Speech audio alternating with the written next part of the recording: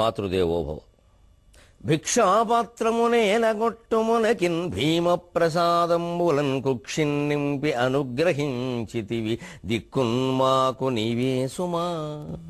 అమ్మా జగన్మాత, భిక్షాపాత్రమునేలగొట్టుమునకిన్ భీమప్రసాదంబులన్ కుక్షిన్ నింపి అనుగ్రహించితివి దిక్కున్మాకు నీవే సుమా. నిక్షేప ప్రతిభా వికాసమిడి మాణిక్యాంబ నన్బ్రోవుమా. నిక్షేప ప్రతిభా వికాసమిడి మాణిక్యాంబ నన్బ్రోవుమా. దక్షారామ శతావధాన కవితాధ్యక్షంబు నీదే సుమా. దక్షారామ శతావధాన కవితాధ్యక్షంబు నీదే సుమా. ఏబిఎన్ ఆంధ్రజ్యోతి ప్రేక్షక మహాశయులందరికీ నవజీవన వేదం అనే కార్యక్రమంలో 774వ భాగానికి స్వాగతం పలుకుతున్నాం. ఎందరు మహానుభావులో అందరకును వందనములు. హరిమార్గములో అందముగ వీచు సుస్వరగంధమై త్యాగరాజు ఖగరాజయ్యన్. ఎందరు మహానుభావులో అందరకును వందనములు. భక్తి మార్గంలో మనం ప్రయాణం చేస్తూ ఉంటే ఏవో సమస్యలు, కష్టాలు, ఆందోళనలు, అనుమానాలు కారణంగా అలిసిపోయి సొలసిపోయి ముందుకు వెళ్ళలేకపోతే వాలుగాలిలా మనకి సాయం చేస్తుందండి త్యాగరాజ కీర్తన. అంతేకాదు, గరుత్పంతుణ్ణే మన దగ్గరికి తీసుకొచ్చి వైకుంఠానికి వెళ్ళేలా చేస్తుందండి, మనం ఏమీ శ్రమపడలేకుండా. ఆ కీర్తనల్లో అంత గొప్పతనం ఉందండి. ఎందుకుంది? ఏం పెట్టి ఆ కీర్తనలు రచించాడు ఆయన? త్యాగరాజ కీర్తన పాడేటప్పుడు సాధారణంగా ఈ రాగం, ఈ తాళం అని చెబుతారండి.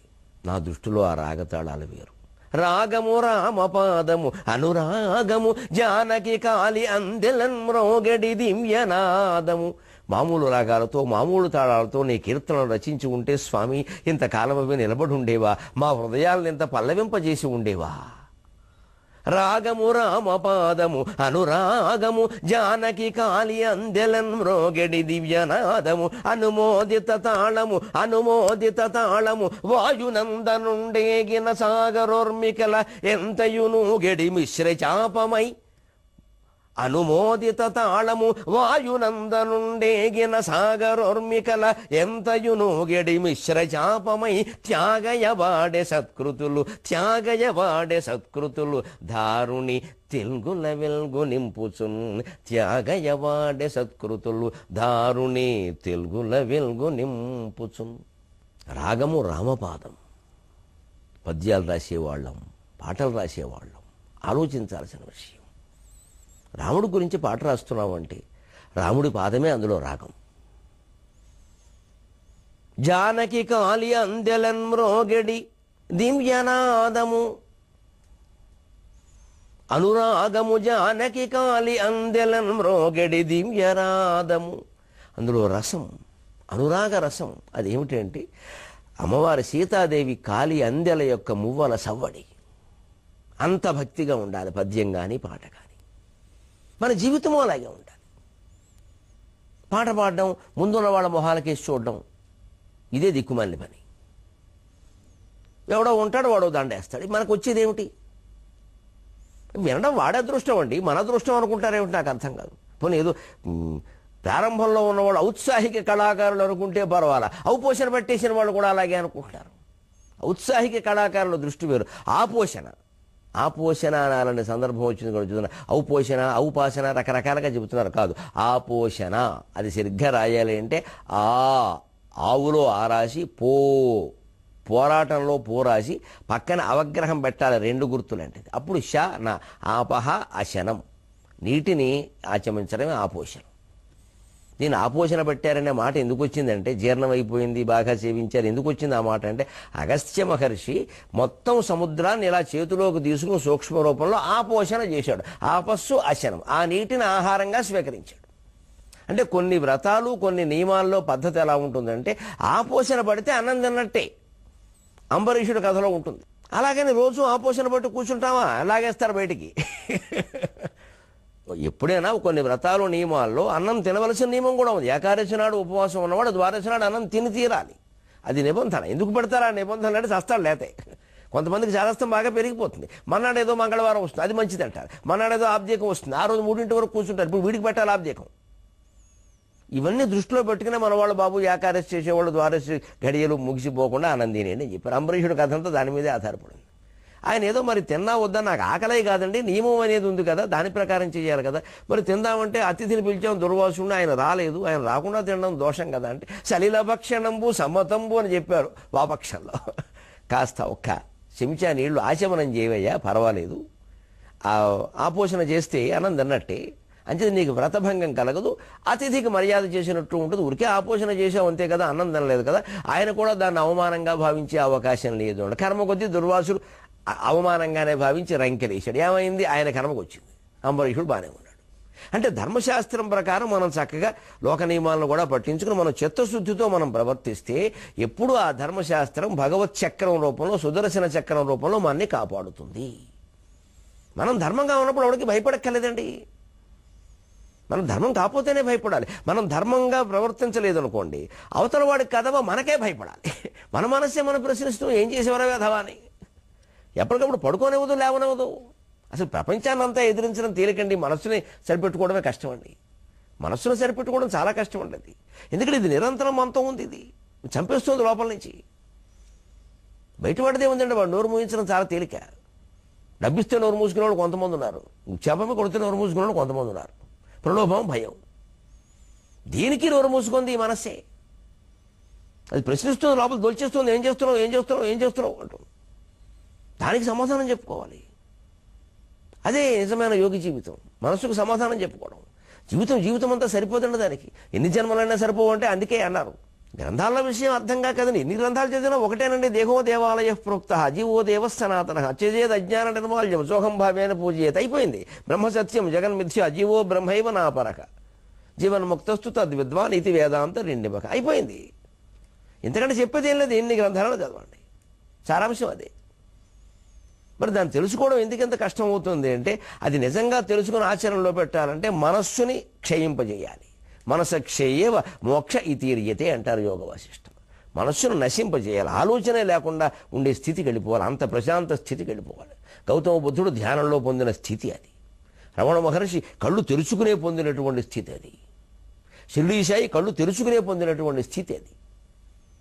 మలయాళ స్వామి అపూర్వమైన తపస్సుతో పొందినటువంటి స్థితి ఇది. ఒక్క మలయాళ స్వామి కారణంగా, ఆయన శిష్యులు భక్తులు చేసిన ప్రచారం కారణంగా భగవద్గీత అన్ని ఇళ్లలోకి వెళ్ళిపోయిందండి. బలహీన వర్గాల గృహాల్లోకి వెళ్ళిపోయింది భగవద్గీత. అంటే మలయాళ స్వామి చేసిన సేవ అండి. నిజంగా మహానుభావుడైన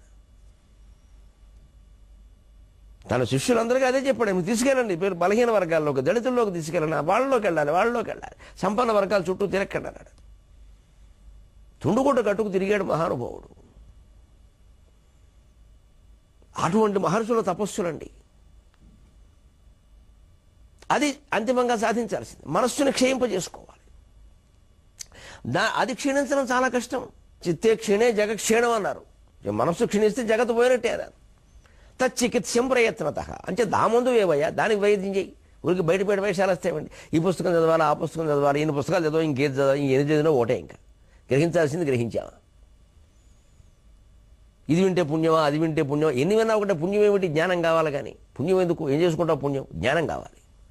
జ్ఞానం అనేది పుణ్యపాపాలకు అతీతం. పుణ్యపాపాలన్నీ భగవంతుడి వారి ద్వారానే జరుగుతున్నాయి, మన ద్వారా జరగట్ల. నాహం కర్త హరికర్త. పివిఆర్కే ప్రసాద్ గారిని మహానుభావుడు, పూర్వ ఐఏఎస్ అధికారి, విశ్రాంతి పదవి విరమణ చేసినవాడు, టీటీడీకి ఈవోగా ఉన్నారు ఆయన. చాలా గొప్ప సంస్కరణ చేపట్టారు ఆ కాలం. ఆయన రాశాడు పుస్తకం నాహం కర్త హరికర్త. నాకు ఎంత ఇష్టం ఆ పుస్తకం అంటే. నేను కర్త కాదండి, భగవంతుడు కర్త. మన జీవితంలో జరిగిన ఘట్టాలుగా మనం గ్రహించవలసింది అదే. ఆ కర్తృత్వ భావన వదిలేస్తే అంతా అయిపోయినట్టే. ఎందుకంటే పుణ్యాని పాప కర్మాణి స్వప్నగాని నా జాగ్రత్త ఉపదేశ గ్రంథాల్లో చెబుతారు శంకరాచార్య. ఎందుకు నాహం కర్త హరికర్త అంటే అది కళ, నడుస్తున్నది కళ. నువ్వెలా కర్త అవుతావు పిచ్చి మనిషి? కళ్ళలో జరిగిన వాటికి మనం కర్తలమా? నా కళ్ళలోకి వచ్చావు నువ్వు, నా దగ్గరేమో 10,000 తీసుకున్నావు, నాకు ఇవ్వయ్యా అని ఎవడన్నా పొద్దున వస్తే ఇస్తావా? రేపు పొద్దున కళ్ళలోకి వచ్చి తీరుస్తానులే అంటాం. అంతే కదా. పుణ్యాని పాపకర్మాణి స్వప్నగాని నా జాగ్రత్త ఏవం జాగ్రత్ పుణ్యపాపకర్మాణి నహిమే ప్రభోహో అన్నారు శంకరాచార్య. పుణ్యపాపకర్మలన్నీ లోకంలో జరిగేటువంటి విలాసం అంతా స్వప్న కానీ కల వంటివి, నా జాగ్రత్త, నిజంగా జరుగుతున్నవి కావు. పుణ్యాలు అంతే, పాపాలు అంతే. మనం ఏంటంటే మళ్ళీ స్వార్థం, పాపాలన్నీ అంతే అవ్వచ్చండి, పుణ్యాలు మాత్రం మాకు ఇచ్చాడు, అలాంటి లెక్కలు ఉండవు ఇక్కడ. మొత్తం అంతా ఒకటే లెక్క, అంతే లెక్క. రద్దు అయితే మొత్తం 1000 నోట్లు 500 నోట్లు మొత్తం రద్దు అవుతాయి. కొన్ని 1000 నోట్లు రద్దు చేసి కొన్ని 1000 నోట్లు ఉంచరు, మొత్తం రద్దే. పుణ్యపాపాలు అన్నీ రద్దే, అంతే. అందుకే ఏవం జాగ్రత్త పుణ్యపాప కర్మ అంటే జాగ్రత్త అవస్థలో ఉండగా మనం చేసామని అనుకుంటున్న మంచి పనులు కానీ చెడ్డ పనులు కానీ నహిమే నాకు సంబంధించిన ప్రభోగం, ఆయనకు సంబంధించినవి. ఇదే భావన. అప్పుడు మనం పద్యం రాసినా పాట రాసినా కర్త ఆయన. అందుకే త్యాగరాజ కీర్తనలో రాగం ఎవరయ్యా, రాముని పాదం. అనురాగం ఎవరయ్యా, దాంట్లో రసం ఎవరయ్యా, జానకి కాలి అందెల మరొకటి దివ్యనాదం. మరి దానికి తాళం అనుమోదిత తాళము వాయునందనుండేగిన సాగరోర్మికల ఎంతయును గడి మిశ్ర చాపమై. హనుమంతుడు సముద్రం మీద వెడుతూ ఉంటే ఆ గాలికి, ఆ వేగానికి తట్టుకోలేక సముద్ర తరంగాల పైకి లేక ఇలాగ ఉయ్యాలలుగాయే అదే మిశ్రచాప తాళం. సరిగ్గా చాపం ఆకారంలో ఉంటుంది ఊగే తరంగం. అందుకని కవి ఇక్కడ మిశ్రచాప తాళం అన్నాడు. అదో తాళం ఉందిగా. వాయునందనుండేగిన సాగరోర్మికల ఎంతయును గడి మిశ్రచాపమై త్యాగయవాడే సత్కృతులు దారుణి తెలుగుల వెలుగు నింపుచున్. నిజంగా త్యాగరాజస్వామి విషయంలో తెలుగు జాతి మొత్తం మనం రుణపడి ఉన్నామండి. ఎందుకంటే ఆయన ఆనాడు తమిళనాడు తెలుగునాడు అంతా కలిసిపోయి దక్షిణ భారతదేశం అన్నట్టుగా ఉండేది. తంజావూరు ప్రాంతంలో ఆయన నివసించినప్పటికీ, తిరువయ్యూరులో వారి పూర్వీకులు మనకి ప్రకాశం జిల్లాలో కాకర్ల ప్రాంతంలో ఉన్నప్పటికీ మాతృభాష తెలుగు కావడం వల్ల ఆయన తాను నివసించిన ప్రాంతంలో తమిళం ప్రచారంలో ఉన్నప్పటికీ తెలుగులోనే ఆయన కీర్తనలు రచించారు. అందువల్ల ఎంత దక్షిణాదిలో కన్నడిగులు, తమిళులు, ఏ భాషలో ఉండే సంగీత విద్వాంసులైనా త్యాగరాజ కీర్తన పాడాల్సిందే, లేకపోతే జనం ఊరుకోరు. అది తెలుగులోనే ఉంటుంది. ఆ రకంగా తెలుగు భాషకి వ్యాప్తి వైభవము కలిగించిన మహానుభావుడు త్యాగరాజు.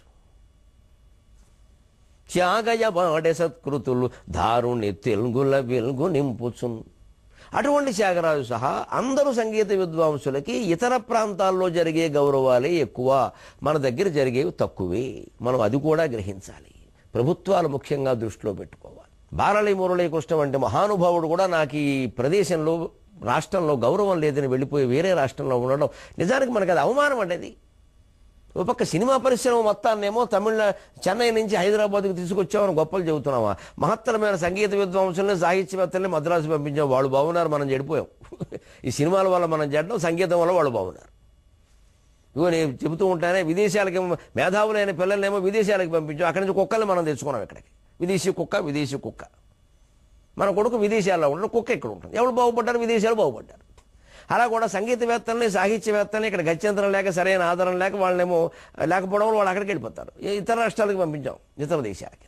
అక్కడి నుంచి మనం సినిమా ప్రపంచాన్ని తెచ్చుకున్నాం హైదరాబాద్కి. సినిమాలన్నీ హైదరాబాద్లో దానివల్ల ఏం పెద్ద ఏం ఒరిగిపోయింది ఏముంది? చెన్నైలో జరిగింది దానికంటే హైదరాబాద్ వచ్చింది, దానివల్ల ఉరికే ఏదో మన ప్రాంతంలో జరిగిందని చెప్పుకోవడం తప్పితే ఏం లేదు. ఇక్కడ గొప్పగా తీసేసారు సినిమాలని, దానివల్ల గొప్ప సినిమాలు వచ్చాయని చెప్పడానికి ఏం లేదు. చెన్నైలో ఉన్నప్పుడే చాలా గొప్ప సినిమాలు వచ్చాయి. ఎందుకంటే విలువలు మారిపోయినాయి, వలువలే లేకుండా పోయినాయండి. విలువలు ఎక్కడ ఉంటాయి? వలువలు ఉంటే విలువలు ఉంటాయి, కనీసం వలువలే లేవయ్యే. మంచిది. పరిశ్రమ ఎక్కడుంది, ఏ ప్రాంతం, అది కూడా పెద్ద ముఖ్యంగా. దాని విలువను మనం గ్రహించామా?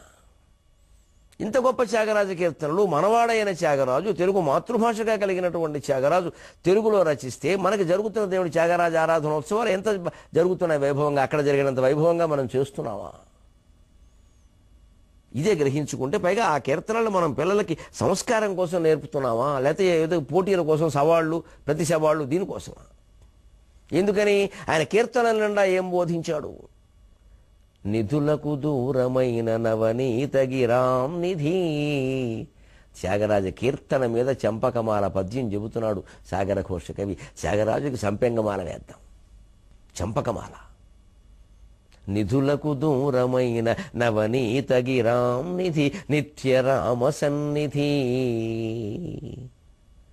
భవసాగరంబును గణింపని త్యాగమరీచి మాలికానిధి. భవసాగరంబును గణింపని త్యాగమరీచి మాలికానిధి. స్వరసప్తకంబక వినిర్మిత వారధి పంచరత్న వారిధి.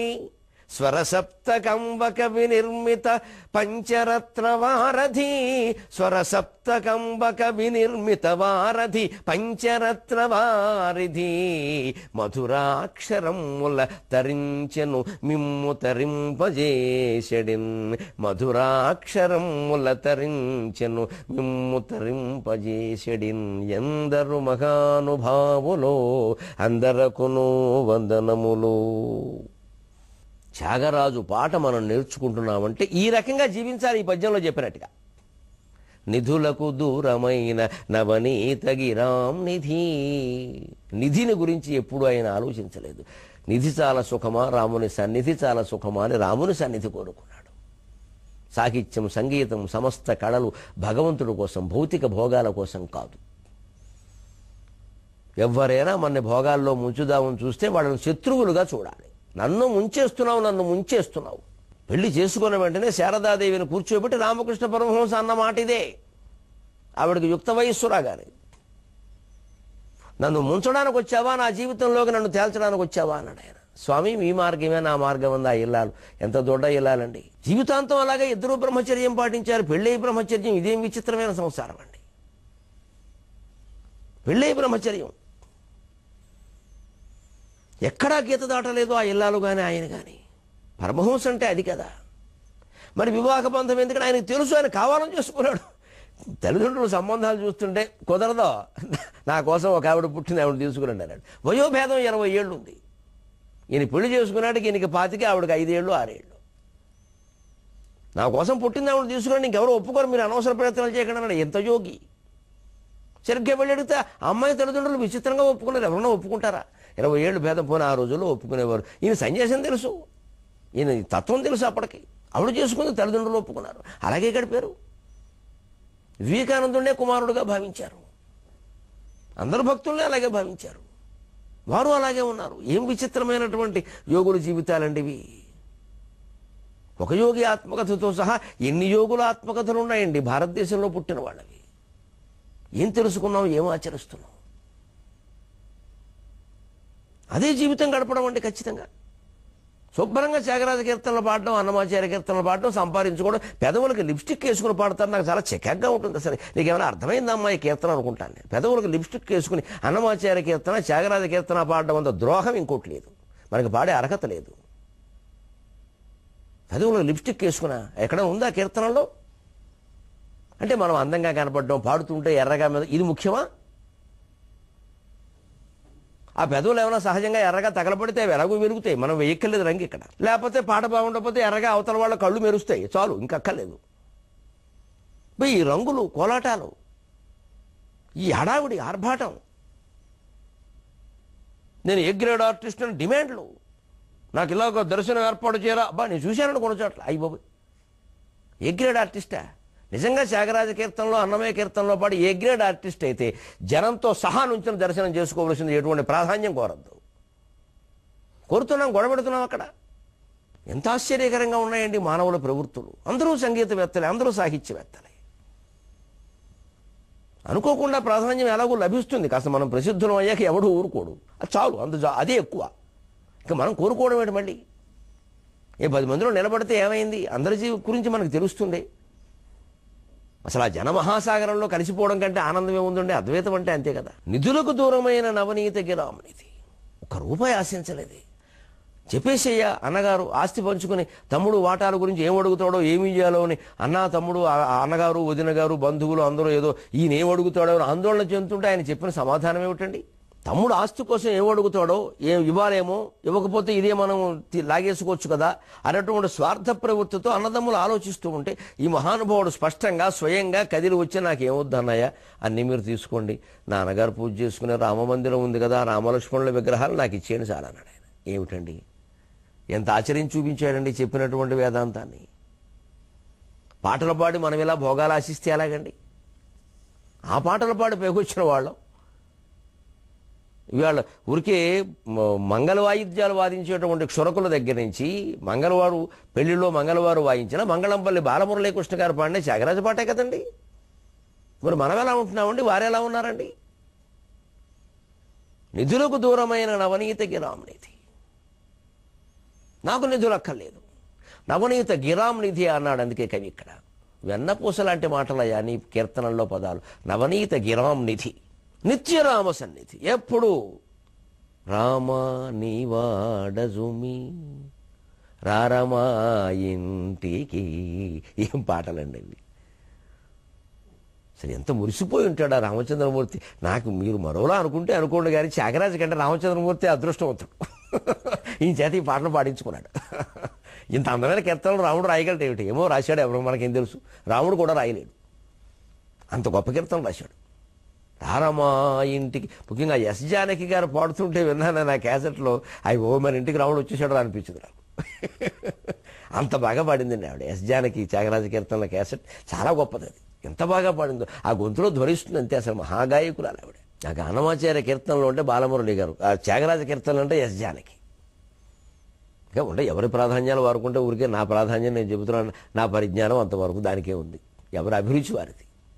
నాకు ఆ జానకి పాటలు, ఆ త్యాగరాజ కీర్తనలు వింటుంటే అసలు ఆయన సన్నిధిలో ఉన్నట్టే ఉంటుంది. అది నిత్యరామ సన్నిధి, నిత్యం అదే కోరుకున్నాడు ఆయన. విగ్రహాలు పొరపాటును తీసుకెళ్ళి ఎవరో మాయ చేద్దామని నుంచి చేద్దామని నదిలో బారేస్తే ఎంత వెలిపించాడండి, దూరికే వరకు ఏడిచాడు.